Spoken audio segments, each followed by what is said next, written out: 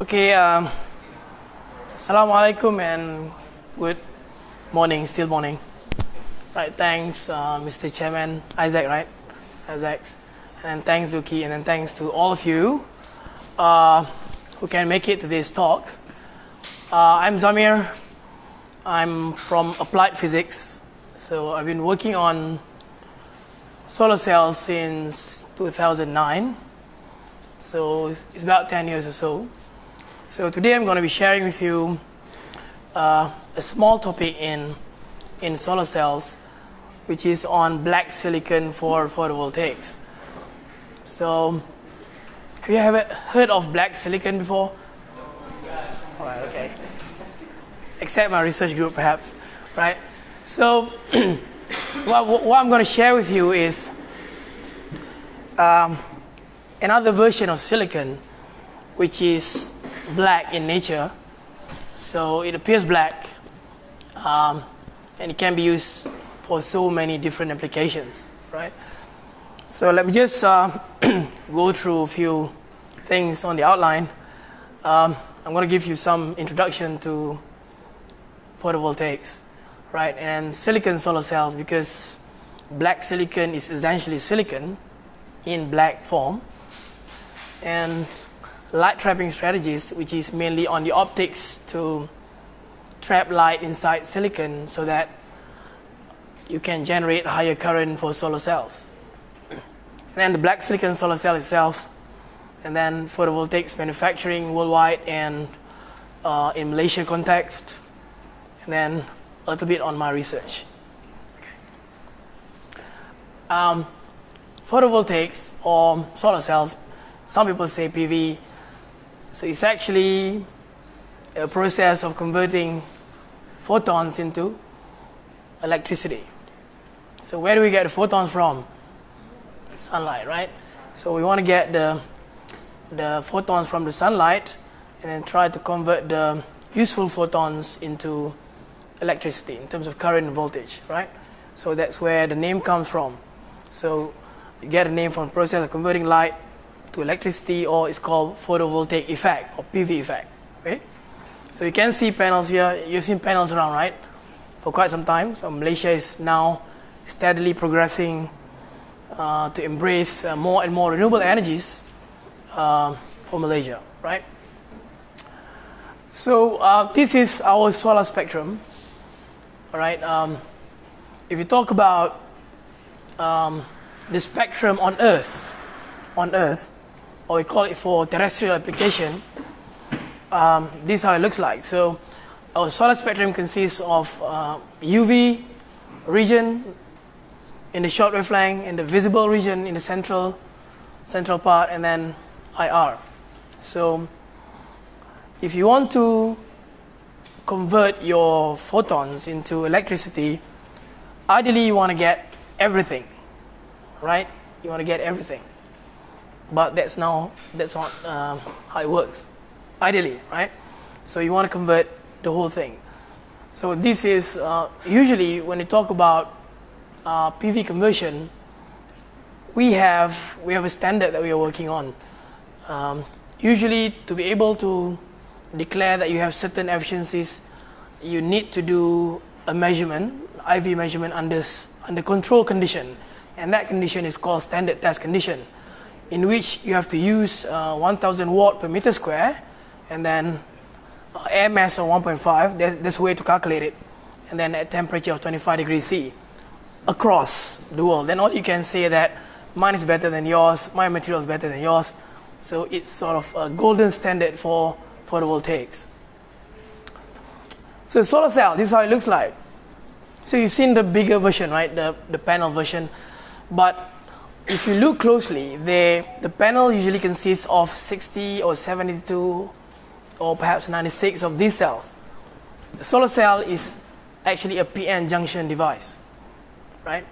To be able to do the photovoltaic conversion, there are few processes that have to be executed successfully. The first thing is the solar cell or the material has to absorb the sunlight or incident photons and out of the incident photons that's available, only photons with enough energies, which means that with energies higher than the band gap, if you talk about silicon 1.12, that means photons with energy higher than 1.12 can only knock out the outer electron for creation of electron hole pairs. So we absorb the light, and then electron and hole pairs will be generated. That means the outer electrons will be knocked off, free and ready for conduction, and then electron hole pairs have to be separated at a p-n junction, and then the electron hole pairs have to be collected successfully at metal contacts. Then only you'll see current and voltage coming out. If anything fails in these processes, you won't be able to see electricity coming out, or perhaps you're going to get lower than what is expected, right? So if you take this is top view of a solar cell. If you see from this way, cross section, so there are actually a couple of layers that are on the solar cell. So the red part here is the N region.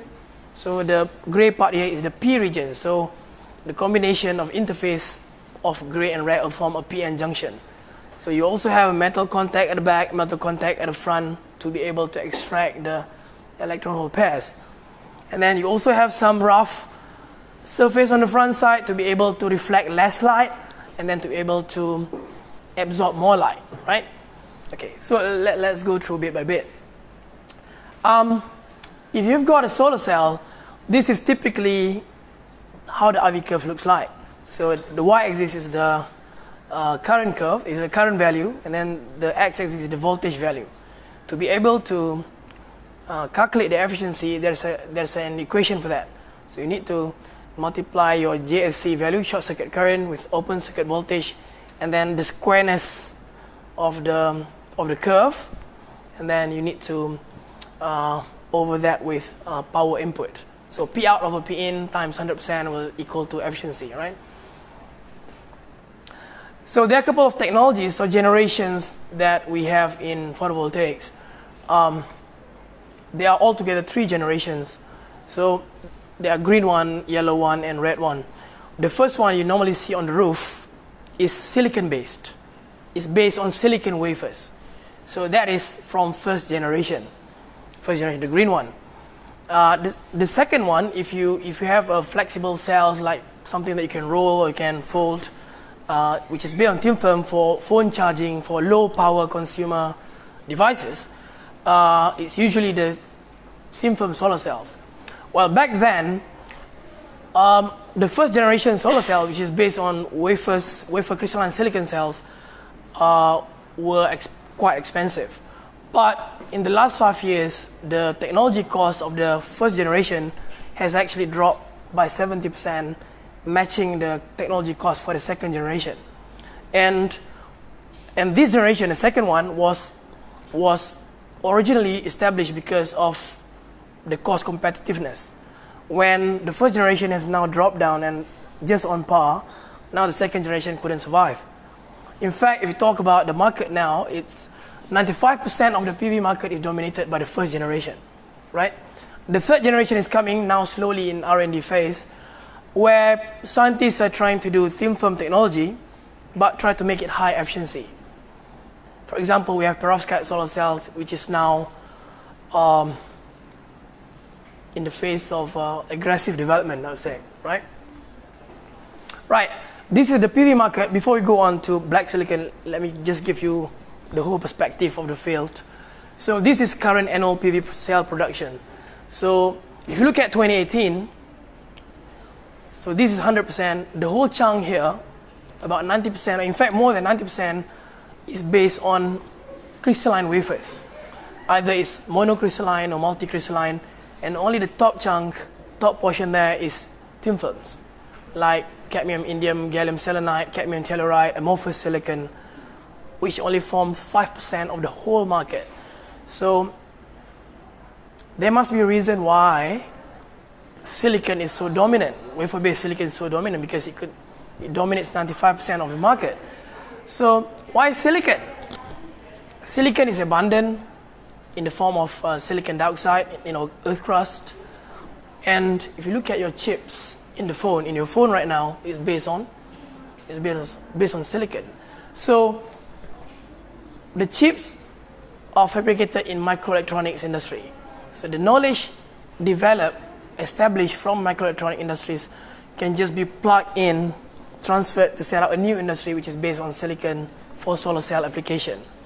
But the processing wise, the details, the physics, the mechanism are pretty much the same, except you take it out from microelectronic industry into a new industry, right? And the silicon band gap is near ideal. If you look at, I'll show later on, the optimum band gap of semiconductor for photoconversion, the optimum one is at 1.4 electron volt, and silicon is 1.1, which is not too bad. And it's close to the ideal one. And stable and non-toxic. Silicon is stable. If you compare silicon with organic materials, silicon is more stable.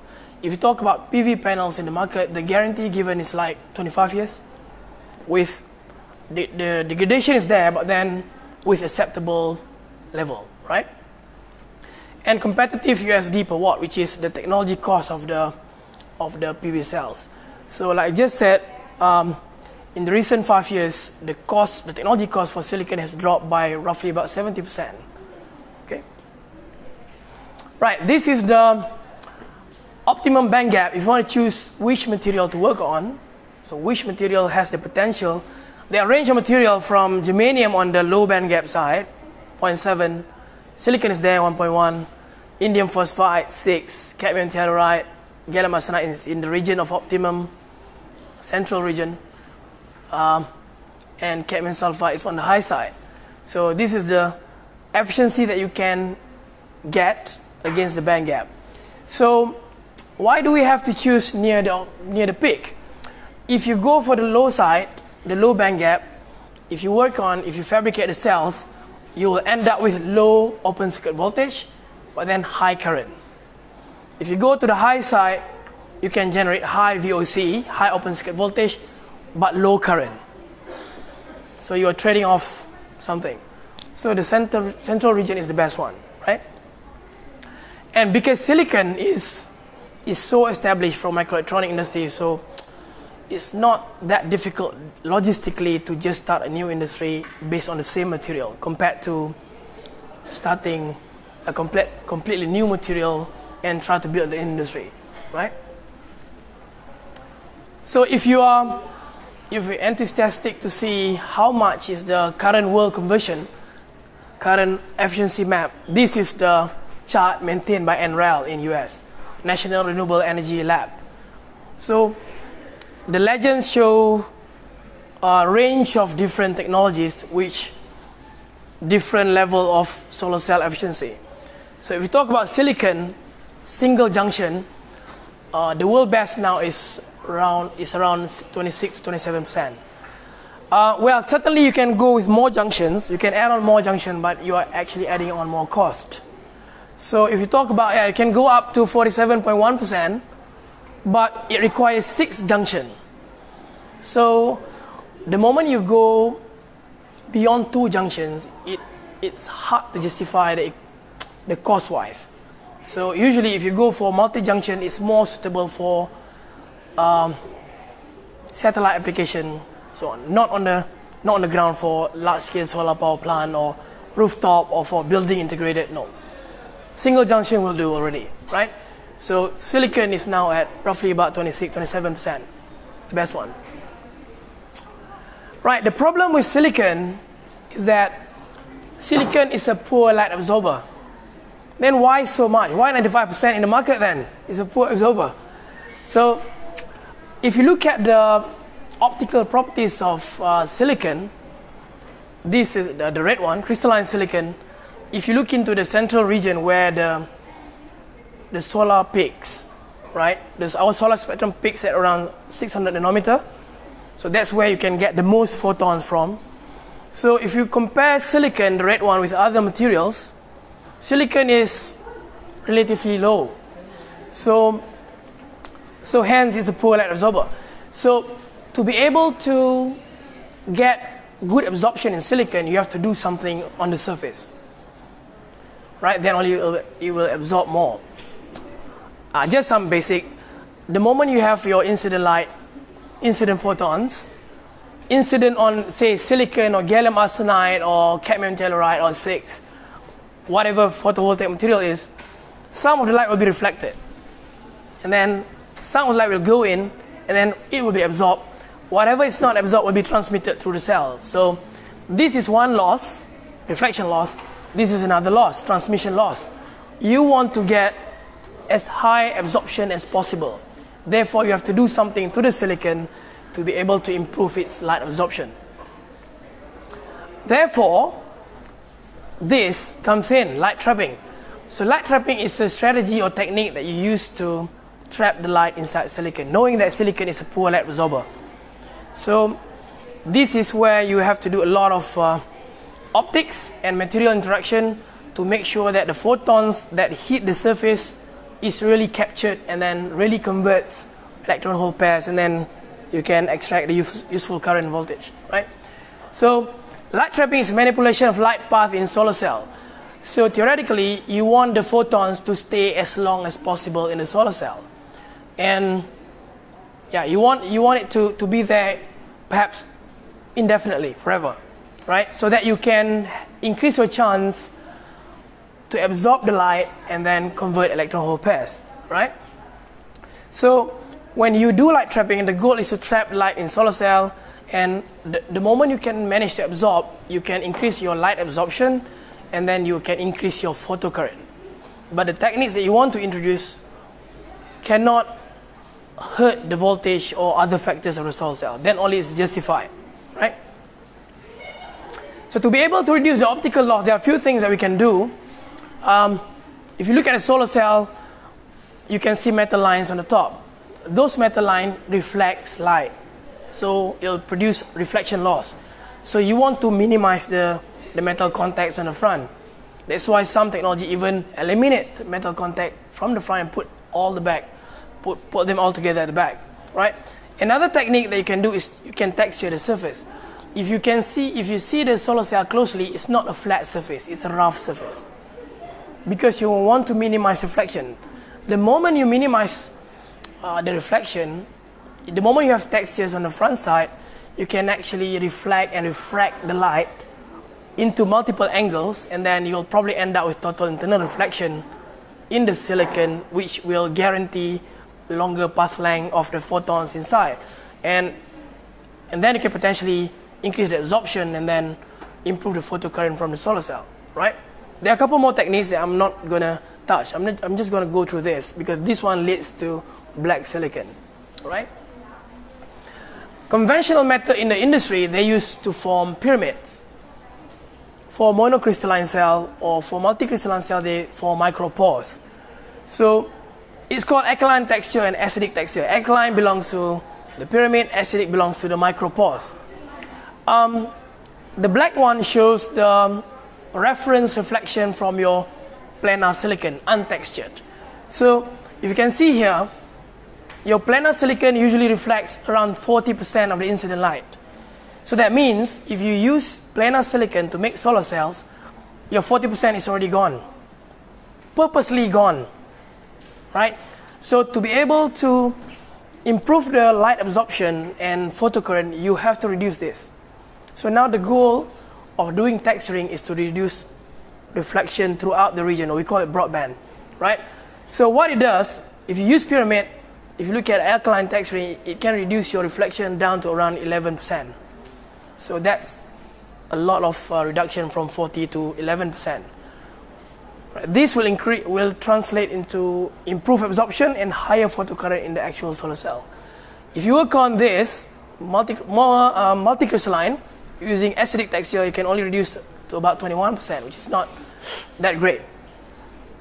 So what we want to do next is we want to perhaps suppress the reflection as low as possible throughout the region. So black silicon is nothing new. It's 2 decades old. It was first discovered back in 1990s, right? By Professor Eric Mezer's student in his lab at Harvard, right? So what they did was they're working on something else, and it's an accidental discovery. They shine short laser pulses on silicon in sulfur hexafluoride ambient gas, and then the students saw that the wafer turned black. Have you seen silicon wafers before? If you don't do anything to the silicon, it's shiny in nature. You can see your face, right? Because it reflects 40% into your eyes, and then you can see, right? So that's how optics work. So, and then they discovered that, oh, it's black. And then the student informed measure that, oh, professor, it's black now. And he said, why is black? It's not supposed to be black. That's why we call it accidental discovery.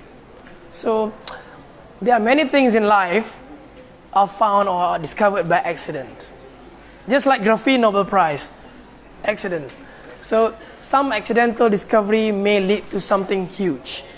So if you do experiments, my advice is if you found something negative or not according to result, try to understand further why is it so. You could be the next Nobel Prize winner in physics. Who knows, right? So they then tried to understand why is it black. They went under the scope, and then they went under SEM, and they found that there were forests of spikes, nanoscale spikes.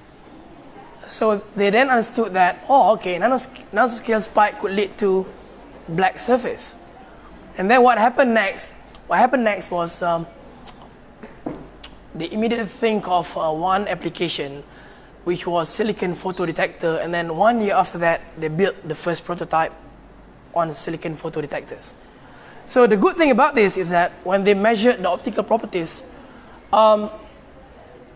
you can even extend the light absorption below band gap. But theoretically, what we learned in physics is that, we just said this now, that photons energy exceeding the band gap could be absorbed, right? But theoretically, photons energy below band gap should be transparent. It should just go through and then transmission loss. But in this case, it's not. It extends the absorption region into IR as well. So that means it's very, very useful. So not only in the visible region, but it also extends the light absorption into IR. And then they work on silicon photodetector for IR region, right? Based on black silicon. And they even created a spin-off company called Psionics. You can read on that, Psionics. They built a camera for low light vision and low light intensity application based on black silicon photodetectors, right? There's a video on this. Right, black. If you compare a black silicon on the left and this one is the commercial one on the right, this is how it looks like. You can see, if you see closely the solar panels, it's actually blue in nature. Why do you think it's blue? What did optics teach you? It reflects blue, right? It reflects shorter wavelength, that's why it's blue. So if you see it's black, what does it mean? It absorbs pretty much everything, right? It absorbs pretty much everything. So this is how it looks like in the industrial production now, because they use the pyramid features, pyramid textures on the front, micro scale, and then they also coat a thin layer of silicon nitride to further suppress. Because we know that just now, the pyramid only reduces your reflection down to around 11%, and 11% is still a huge loss. So therefore, industry normally coats a thin layer of silicon nitride to further suppress the reflection, particularly in the central region near the visible, to be able to produce higher photocurrent. And as a result, you get it black. That means still some portions are reflected. Blue. But with black, you virtually absorb everything. Okay? So what actually happens is that if you use solar cell based on micropyramids, out of the whole sunlight that you get is around 10% is reflected, and 10% is a huge loss. If you look at the world conversion, the best efficiency now is already about 26 point something, And who can guess the theoretical efficiency of silicon solar cell single junction? The best you can reach is 29%. So if you are new to PV, you think that why is it so low, 25%? Where's the other 75%? But if you look at the theory, the physics, silicon can only convert at best 29 to 30%. Right? That's the Shockley-Queisser limit. So to go beyond 30%, you have to do something else, like adding on junction or completely out of the box, right? So back to this, pyramid will reflect 10%. So when you are already at 29, at 26, 27, even 1% loss is huge because you want to close the gap with the ceiling. So with nanospikes or forests, nanoforests if you like, or nanowires, roughly 1% is reflected, right? And it's not that easy to get 1%. You ask my group, they've been struggling for quite some time to get down to that level, right? So if you measure the reflection, if you measure on pyramid, you can get something around 11, 12%. If you use black silicon, you can get flat 1, 2%. Because it's black, right? So how to get black? The next is how to get black, right? Yeah, the first one is obvious because it's done. It's done by Eric Mezer's lab. Okay? So it's based on laser treatment, short pulses, and then perhaps in the right ambient and the right laser power, right duration, you can get nanoscale forest. Okay? The other two methods, in fact, more on this, the other two common methods is called RIE or reactive ion etching. Right? If you learn fabrication in 4th year, later on, if you apply, you're going to learn semiconductor fabrication on how do you actually do RIE, right? So you will use plasma to etch surface in certain direction to be able to produce nanowires. Okay. The other approach is to use wet chemical processing. So you don't need vacuum, you don't need plasma. You just need a chemical bath with the right chemicals, right temperature, right mixture, right volume, and so on and so forth, and you can produce black silicon. And we've done it in our lab. Okay.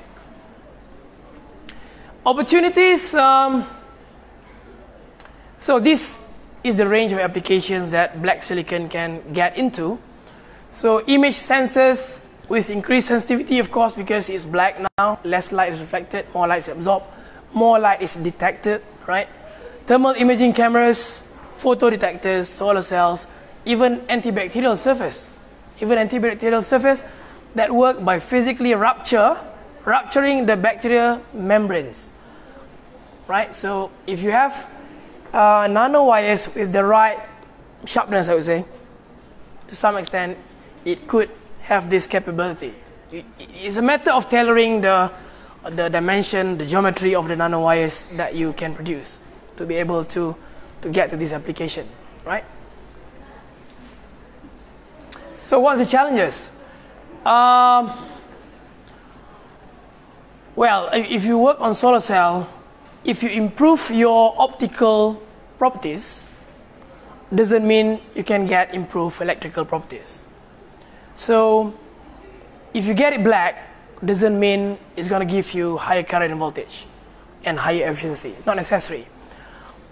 Why is it so? Because if you compare these nanoscale features, nanoscale textures with pyramids or perhaps flat, the surface area of the nanowires are a lot bigger. So what's the problem? Isn't it good to absorb light? Yes, it's good. The problem is when you go back to the steps to be able to get PV effect, you need to extract the carriers, right? You need to get the electron hole pairs out at the contact. The problem is when you have bigger surface area, it's a good place for the electron hole pairs to recombine. That means they're going to be diminished inside silicon even before they get out to the metal contacts, and therefore it's gone. They're gone, right?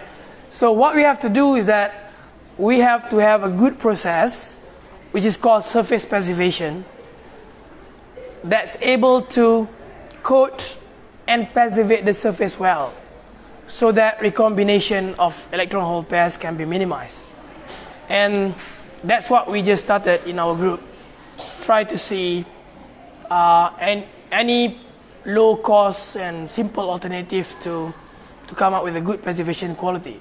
And if you talk about the industrial standard for surface preservation, they use ALD, right? Atomic layer deposition, which is low in terms of deposition rate, high in cost, but very specialized. So if you can come up with something simple, but that can do the job and still preserve the surface well, and able to ensure electron hole pairs are not recombined within the silicon and manage to be extracted successfully to get your IV curve, then it's good. So this is the ongoing challenge that's trying to address by PV scientists across the world. Okay. Right, now let me just share with you about PV manufacturing in Malaysia. Are we good at PV manufacturing? What do you think?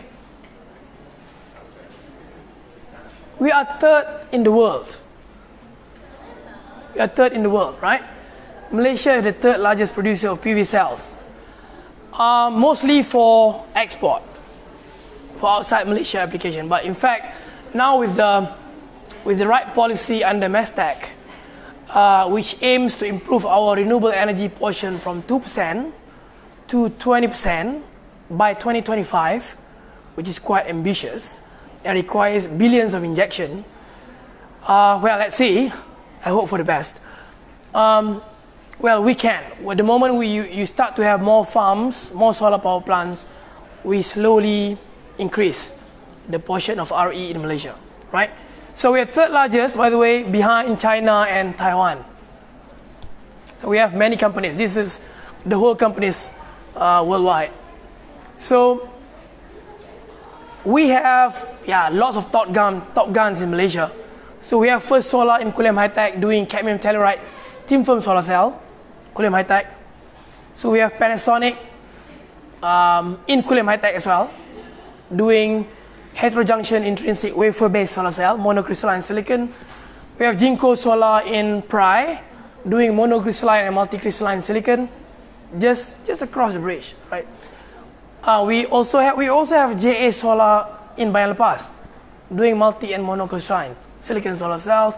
We have Sun Power in Malacca, doing wafer-based as well, mono and multi. We also have Hanwha Q Cells in Cyberjaya, doing wafer-based solar cells as well. So all these companies are the top guns in the world, and they are in Malaysia, and they are in Penang, and they are in Prai. So they are just around us. How blessed are we, right? You don't have to travel so long to get to the next solar company. It's just around the corner. So if you are into solar research and development and production, in your internship later on during the fourth year, have a look, right? Last year we had 6 students, applied and engineering, working in Jinko Solar. So 3 was in cell production, and then the other 3 was in module production. Okay?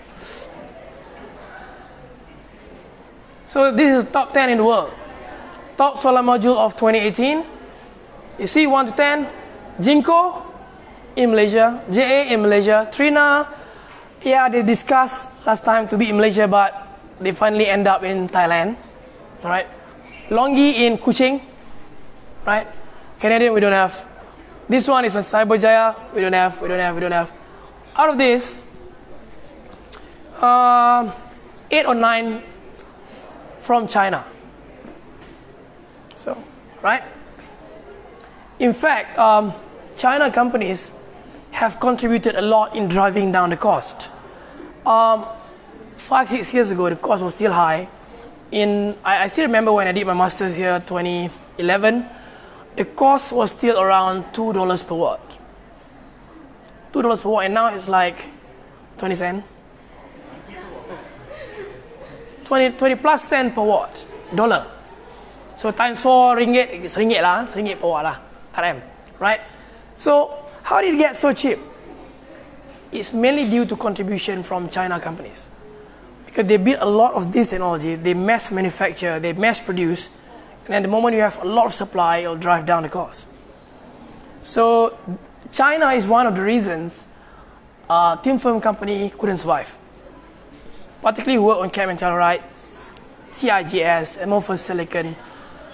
Some of them even gulung tikar out of business due to the force of wafer-based solar cells.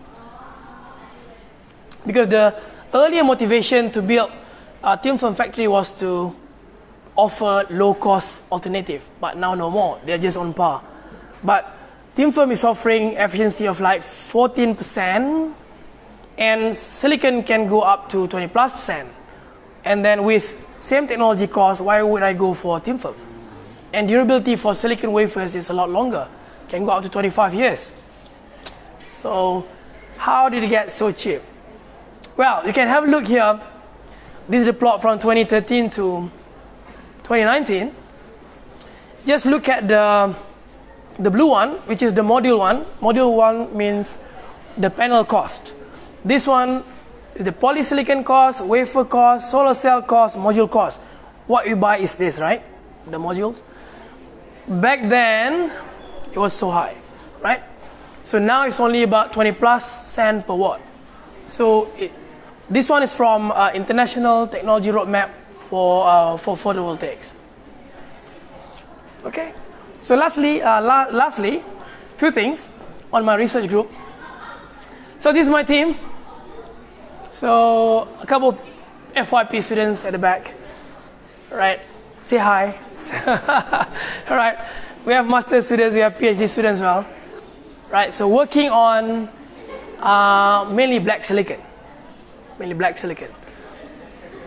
So we've tried our version of black silicon. We don't have RIE up, so we have a wet chemical process to work on. And yeah, we managed to produce some levels of blackness according to the process that we do, right? If you look at the reference one, it's very shiny, right? Very shiny, 40% of reflection. This one can perhaps go down to around 5%. Well, we're not 1%, we're not world best. If we can do 1%, then we are among the world best in black silicon. And we are around 3 to 4%, I think. 3 to 4%, which is not that bad. USM, okay? We are not Harvard. So we are 3 to 4% and still optimizing the process. And we just started in under 2 years. So the group is expanding, and we're trying to look into more things and what else can we do to be able to suppress the broadband reflection further and try to see if we can fabricate good solar cells out of our own black silicon. Okay. Another work that we are starting next, perhaps early next year, is perovskite cells. Perovskite is one version of third generation solar cells. Silicon is first generation, and then perovskite is the third version, which is based on absorber. If you look at industrial silicon cells, it's usually with thickness of around 160 micron, which is double your hair thickness, right? If you work on perovskite cells, the thickness is usually in the region of 500 nanometers. So your hair, say it's 100 micron thick hair, slice into 1 micron, slice another half. So that's about, and we call it ultra thin absorber. And yet, the absorption is much better than silicon. So if you look at this profile, from 1975 until now, in terms of power conversion efficiency, you can see that if you look at silicon, how it improved over 40 years. So improvement is like above 10% to now 25, 26%. The improvement is only about 11, 12%. Perovskite has only started back in 2009 with 3.8%, and now the world record for perovskite is 23% in less than 10 years. So that means the learning gradient, the learning curve for perovskite is very high. That's the gradient of achievement for perovskite, and this is the gradient of accomplishment for silicon. Silicon takes a long time. Perovskite is a new kid on the block, but almost match the efficiency with silicon. right? Now it's at 23%. And way forward, so we've discussed just now that silicon can go up to theoretical efficiency of around 30% due to Shockley-Queisser limit. One way to break the glass ceiling to go beyond 30% is by putting perovskite on silicon, which makes a double junction or tandem cell. So perovskite, if the moment you put perovskite on silicon, well, hopefully we can do perovskite on black silicon, our own black silicon. Perovskite will absorb most of the visible light, and silicon will do near IR ahead. So the whole portion of the spectrum will be absorbed efficiently. Then that will result in ideally theoretical efficiency of beyond 30%. Yeah, that's pretty much. And now, research on black silicon and research on perovskite are progressing well independently, and at some point, hopefully will converge. And now researchers around the world are trying to, in fact, put perovskite on pyramidal textured silicon, and they see improvement. So yeah, just imagine if it can be incorporated successfully on black silicon, which already absorbed most of the broadband region, with perovskite as a top cell, I think it could go a lot further. Right? Right, so this is my contact, last done. I'm at room 205, is it here? Oh, I didn't put a room. So I work on PV, MD, photovoltaic materials and devices. So we try to develop material from scratch, and we try to come up with functional devices out of whatever physics that we do. Because whatever physics we do normally is at the material level, and then try to translate that into functional devices and PV technology. This is my picture when I did my PhD last time. I worked, during my first year, I get to work in pilot line of Suntec in Australia. So the first year of the PhD was done in pilot line production setting, Suntec, Australia. So the atmosphere is different, the pace is different compared to works in typical university lab, right? Yep, that's it from me. Thank you very much. So if you have any questions? Okay.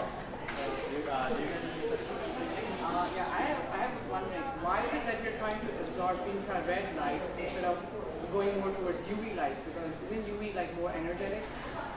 Okay, all right. Let me just go through.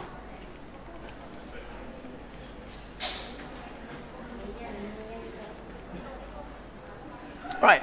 So this is our solar spectrum, and it consists of UV, visible, and IR. Ideally, we want to absorb everything, right? So now, if you can come up with any material or any devices that could effectively absorb everything, that'll be the best one. So in black silicon, because of its broadband nature in terms of light absorption, it can absorb pretty much everything. You can see the flat reflection curve just now, right? So we want to get everything. But if you don't have a choice, let's say if you don't have a choice, you want to focus on the central region because it gives you a lot of photons. But ideally you want to get all.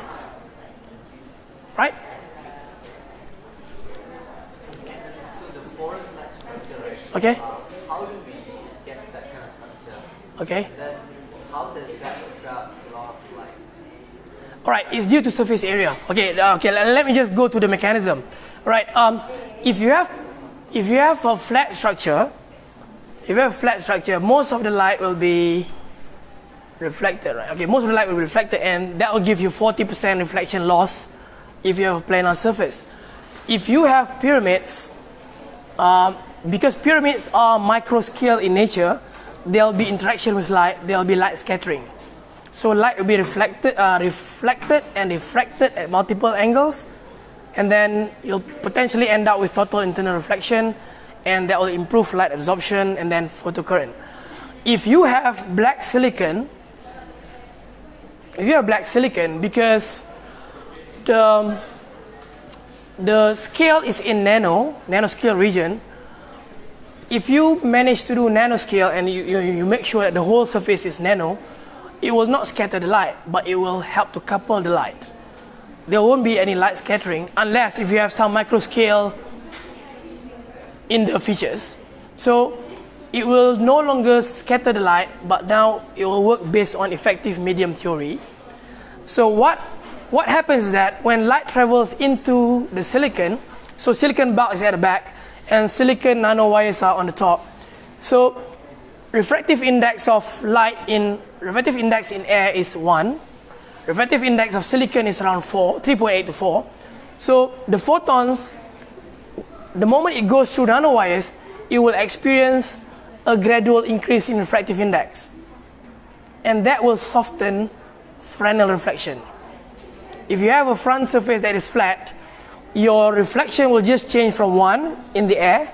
The moment it hits the surface, it will change to 4. 1 to 4. And this step change in reflection will give you a lot of reflection. So one way to manipulate that is to have nanoscale wires.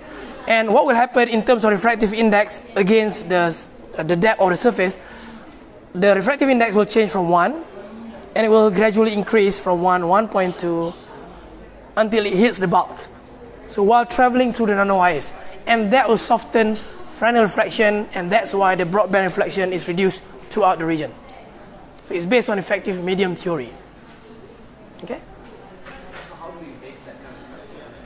How? Okay, well, you can do through RIE.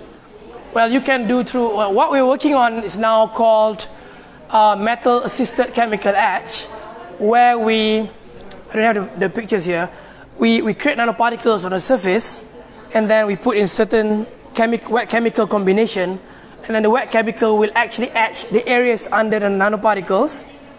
The nanoparticle will then fall into the well. So you have well, nanowires, random in nature, and then we remove nanoparticles out of the silicon, and we get random nanostructures, which is nanowires. And then they turn black.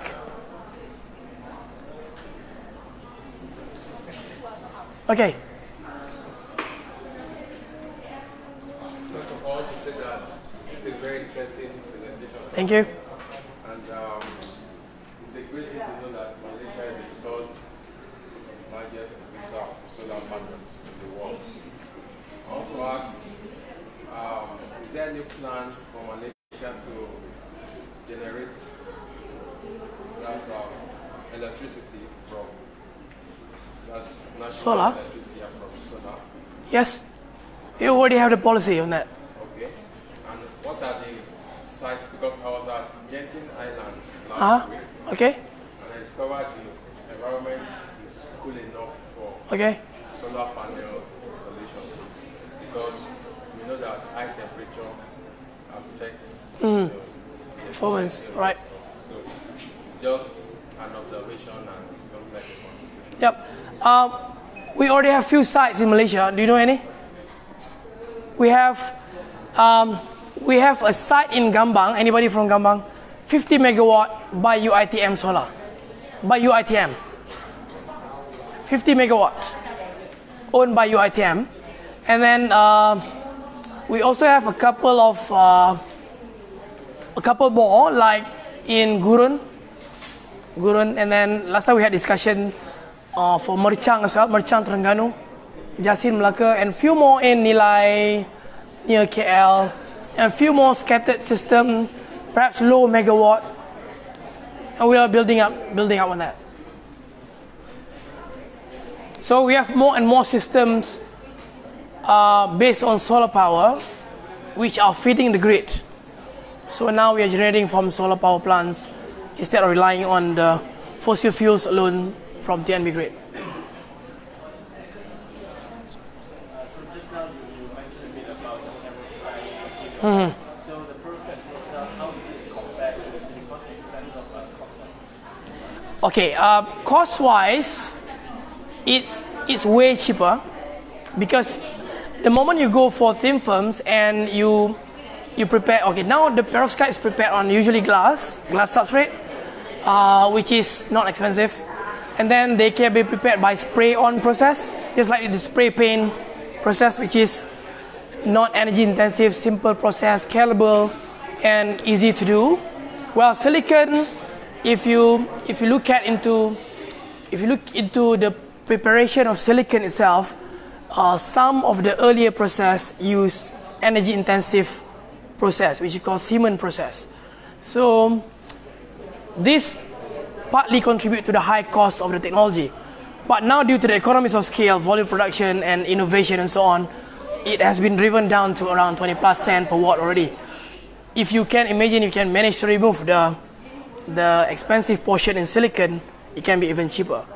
So based on what I read, perovskite, even though the potential is high, the cost is low, the industry doesn't plan to go head on with silicon. They don't want to fight with silicon because silicon has got 95% of the market. And for you to be able to successfully introduce new technology into the market and gain trust and experience and good reputation, it will take some time. And silicon has been around for 40, 50 years. It's not easy to beat that. So industry and even scientists decided to complement the technology. That's why they come up with technology to put the top cell based on perovskite on silicon to complement and bring it to even a higher level. Instead of competing each other and fight whose niche is this, and they complement each other and they'll build the theoretical, they'll build the achievement better and better. If there's no further questions, we first let go of the hand to thank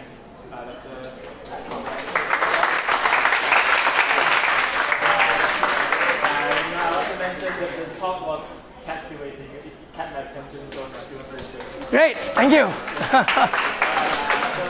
thank you for coming and thank you to the gentlemen. So if anyone wants to sign your attendance, you can go to there. And thank you so much.